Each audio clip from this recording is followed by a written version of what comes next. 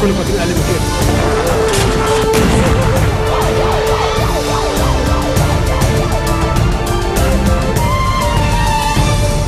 à tous et merci de nous rejoindre sur Futur TV pour cette nouvelle édition de la rédaction. Voici les titres de ce journal. Walid Jumblat reçu à l'Elysée, le leader druze a évoqué avec François Hollande le dossier des réfugiés syriens. Il a salué l'appui de la France à la sécurité du Liban et à l'armée libanaise. Visite au Liban de la secrétaire d'État au développement et à la francophonie, Annick Girardin s'est rendue dans un centre d'hébergement pour réfugiés syriens à Ouzaï, à l'entrée de Saïda. Au Yémen, l'aéroport de Taïs, dans le centre du pays, aux mains des miliciens houthis et de leurs alliés. Le Conseil de sécurité de l'ONU doit se réunir ce dimanche pour examiner la situation. Et à suivre également dans ce journal, les Français appelés aux urnes pour désigner leurs conseillers départementaux. Un scrutin test pour connaître l'état des forces en présence et dans l'optique du prochain scrutin présidentiel de 2017. Walid Jumblat, reçu à l'Elysée par François Hollande. Le dossier des réfugiés syriens a été au cœur de cet entretien entre le leader druze et le chef de l'État français. L'occasion pour Walid Jumblat de remercier la France pour son soutien financier au gouvernement libanais et à l'armée libanaise. Écoutez. Écoutez, j'ai salué le courage de la France, du président Hollande, pour l'appui qu'ils ont au peuple syrien. Et quand on voit la tragédie syrienne, je me rappelle un peu la Seconde Guerre mondiale, Oradour en France, et bien maintenant quand on voit les villes, les villages syriens, c'est Oradour multiplié par 10 ou par 100, même par 100. Et l'appui de la France à la sécurité du Liban, l'armée libanaise. Il faut, c'est un devoir moral d'appuyer ces réfugiés. Et la France et certains pays appuient financièrement ces réfugiés. On ne peut pas s'amuser à dire qu'on rejette l'idée des réfugiés ou bien faire des camps à l'intérieur des frontières syriennes. C'est absurde. Alors il faut, ça c'est notre devoir. Ce sont des réfugiés, ils n'ont pas de place. Ils n'ont pas aucune place pour rentrer. Le régime a détruit tout. Alors bon, il faut s'en occuper. En tournée au Liban, la secrétaire d'État au développement et à la francophonie a visité ce dimanche un centre d'hébergement pour réfugiés syriens à Ouzaï, à l'entrée de Saïda. Annick Girardin était accompagnée de l'ambassadeur de France au Liban, Patrice Paoli, et de responsables de l'ONG Première Urgence, aide médicale internationale, qui a réhabilité ce complexe. Complexe qui accueille aujourd'hui 860 réfugiés, la plupart originaires de la région de Hama en Syrie, et qui concentre les différentes problématiques auxquelles font face les réfugiés, savoir l'alimentation, l'hygiène, la santé et l'éducation. Attendu au Koweït pour la conférence internationale des donateurs pour la Syrie le 31 mars prochain, Annick Girardin a tenu à s'entretenir avec les représentants des réfugiés. Objectif, mieux comprendre la situation dans laquelle ils vivent et transmettre leurs préoccupations aux bailleurs de fonds. Elle a également remercié le Liban pour sa générosité et sa solidarité. Écoutez sa réaction.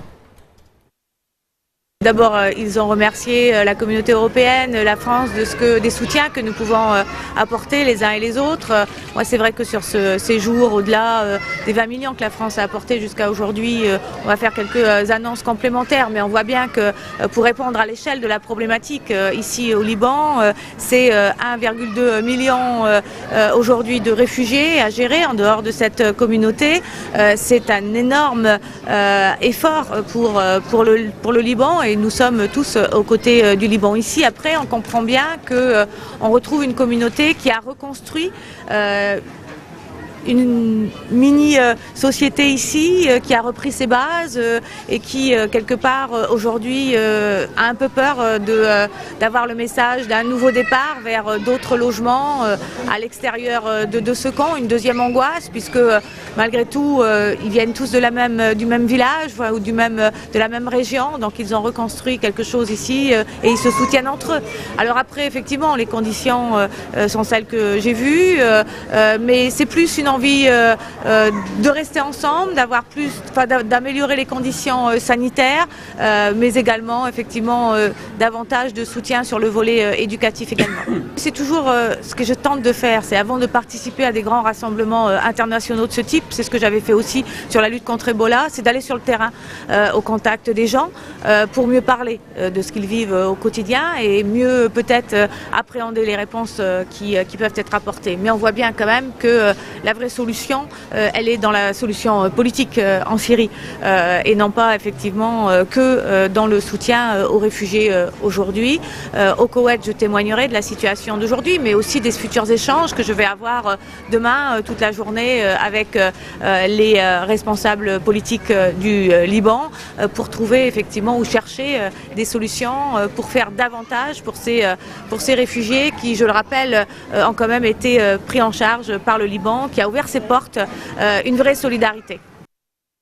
Dans son homélie dominicale, le patriarche maronite a réitéré son appel à élire un président de la République. Le Liban est sans président depuis le 25 mai, date de la fin du mandat de Michel Sleiman. La 21e séance électorale a été fixée au 2 avril. Toutes les précédentes ont tourné court, faute de quorum. Malbshar al-Raï a par ailleurs prié pour que les politiciens voient l'impact des réfugiés syriens au niveau économique, sécuritaire et politique sur le pays. Je vous rappelle que le Liban accueille aujourd'hui plus d'1,2 million de réfugiés syriens qui ont fui la guerre en Syrie voisine. Sami Jarjah tire à boulet rouge sur le Hezbollah et l'Iran. Dans une interview diffusée sur YouTube, le leader des forces libanaises estime que l'existence du Parti de Dieu en tant que mini-État au sein de l'État empêche la création d'un État libanais fort. Il considère que la vacance présidentielle est une décision iranienne très claire et affirme que pour Téhéran, il y aura soit un président qui soutienne totalement l'Iran, soit il n'y aura pas d'élection présidentielle. 9 étudiants en médecine britanniques se sont rendus en Syrie pour travailler dans des hôpitaux contrôlés par les djihadistes de l'État islamique. C'est en tout cas ce que rapporte le journal britannique The Guardian, selon lequel les 5 hommes et 4 femmes sont arrivés du Soudan où ils suivaient leurs études. Ils auraient franchi la frontière entre la Turquie et la Syrie la semaine dernière. Les services de sécurité estiment que 600 Britanniques se sont rendus en Irak ou en Syrie pour rejoindre des groupes islamistes, parmi lesquels Jihadi John, qui figure sur plusieurs vidéos de décapitation. 3 adolescents britanniques soupçonnés de vouloir rejoindre les rangs de l'UI ont par ailleurs été expulsés dimanche dernier de Turquie et arrêtés par la police à leur arrivée à Londres. Et puis sachez que d'après la CIA, l'élan de l'État islamique a été stoppé en Irak et en Syrie. C'est ce qu'a indiqué son directeur, John Brennan. Selon lui, les djihadistes ne sont plus à l'offensive comme il l'était il y a plusieurs mois. Les États-Unis et leurs alliés mènent depuis plusieurs mois des frappes aériennes contre l'EI en Irak et en Syrie. L'armée irakienne, appuyée par des miliciens, est aussi passée à l'offensive dans la région de Tikrit, au nord de Bagdad. Dans un instant, nous ferons le point sur l'attentat du musée du Bardo en Tunisie.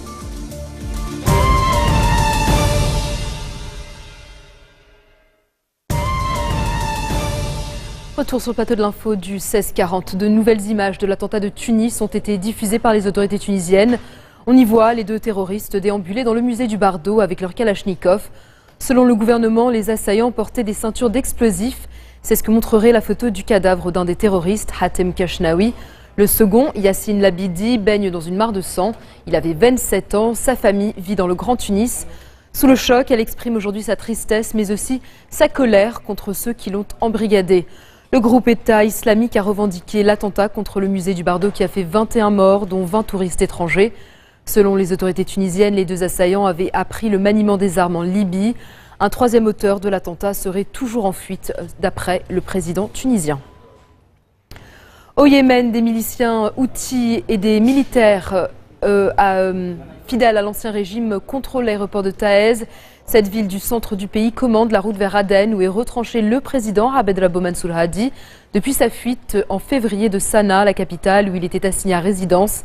Les violences au Yémen continuent de préoccuper le Conseil de sécurité des Nations Unies qui doit se réunir ce dimanche pour examiner la situation. Le président a demandé l'intervention urgente de l'ONU pour mettre un terme à l'agression des miliciens qui contrôlent depuis septembre la capitale. Il a promis de reprendre le contrôle du nord et de rétablir la sécurité dans le pays.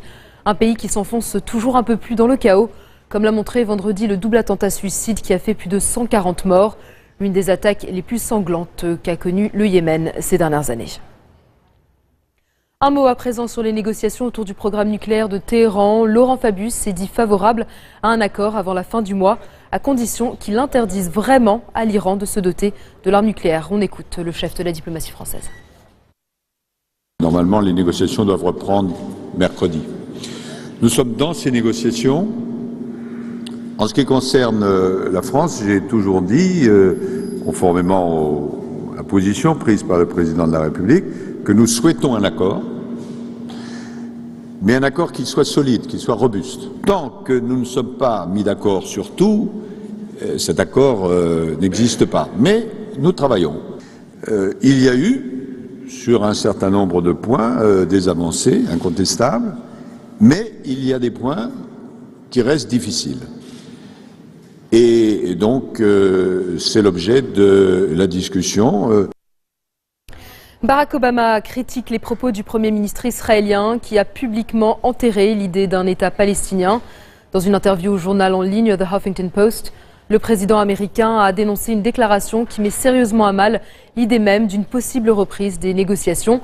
Victorieux et en tractation pour constituer un nouveau gouvernement, Benjamin Netanyahou s'emploie depuis à faire machine arrière et à tenter de réparer les dégâts en affirmant à qui veut bien l'entendre qu'il n'a pas changé de politique et qu'il veut une solution à deux États pacifiques, durables. Mais pour que cela, il faut que les conditions changent. Direction la France, c'est un scrutin-test pour connaître l'état des forces en présence à plus de la moitié du mandat de François Hollande et dans l'optique du prochain scrutin présidentiel de 2017. Les bureaux de vote ont ouvert ce matin pour le premier tour. On s'attend à un score élevé pour le Front National de Marine Le Pen qui compte sur cette élection pour poursuivre sa marche en avant après les européennes et les municipales de 2014. De nouveau à la tête de l'UMP, l'ancien chef de l'État Nicolas Sarkozy espère capitaliser sur une vague bleue pour surfer ensuite sur les régionales de fin d'année avant le cap présidentiel de 2017. Grise mine en revanche pour le Parti socialiste. François Hollande et Manuel Valls ont largement anticipé un gros reflux avec la perte de dizaines de départements. Réponse à partir de ce soir et surtout après le second tour du 29 mars. En Ukraine, des combats sporadiques se poursuivent malgré le cessez-le-feu. Ils ont lieu principalement autour de la ville de Mariupol et de l'aéroport de Donetsk. Les forces gouvernementales accusent les pro-russes d'être à l'origine de dizaines d'attaques, y compris sur des zones peuplées de civils. Moscou, de son côté, dénonce les provocations et les mensonges de Kiev, notamment en ce qui concerne le retrait des armes lourdes de la ligne de front. Du bluff, selon le chef de la diplomatie russe. Dans une interview à la télévision nationale, Sergei Lavrov a appelé la France et l'Allemagne à faire pression sur le président ukrainien Petro Poroshenko pour qu'il respecte pleinement les accords de Minsk II. Le retrait des armes lourdes a certes commencé, mais il est encore loin d'être achevé par les deux camps, selon les observateurs de l'OSCE. Une situation de blocage qui montre la fragilité du cessez-le-feu dans l'est de l'Ukraine. C'est la fin de ce journal. Tout de suite, le rappel des titres qui ont marqué l'actualité de cette journée. Walid Jumblat, reçu à l'Elysée, le leader druze a évoqué avec François Hollande le dossier des réfugiés syriens. Il a salué l'appui de la France à la sécurité du Liban et à l'armée libanaise. Visite au Liban de la secrétaire d'État au développement et à la francophonie, Annick Girardin s'est rendue dans un centre d'hébergement pour réfugiés syriens à Ouzaï, à l'entrée de Saïda. Au Yémen, l'aéroport de Taïs, dans le centre du pays, aux mains des miliciens Houthis et de leurs alliés. Le Conseil de sécurité de l'ONU doit se réunir ce dimanche pour examiner la situation. Et puis les Français appelés aux urnes pour désigner leurs conseillers départementaux, un scrutin test pour connaître l'état des forces en présence et dans l'optique du prochain scrutin présidentiel de 2017. Merci de votre attention. Retrouvez-nous tous les jours à 16h40 heure de Beyrouth. Vous pouvez également nous suivre en ligne sur notre site web ou en téléchargeant notre application mobile. Excellente soirée à toutes et à tous et très bonne suite de programme sur notre antenne.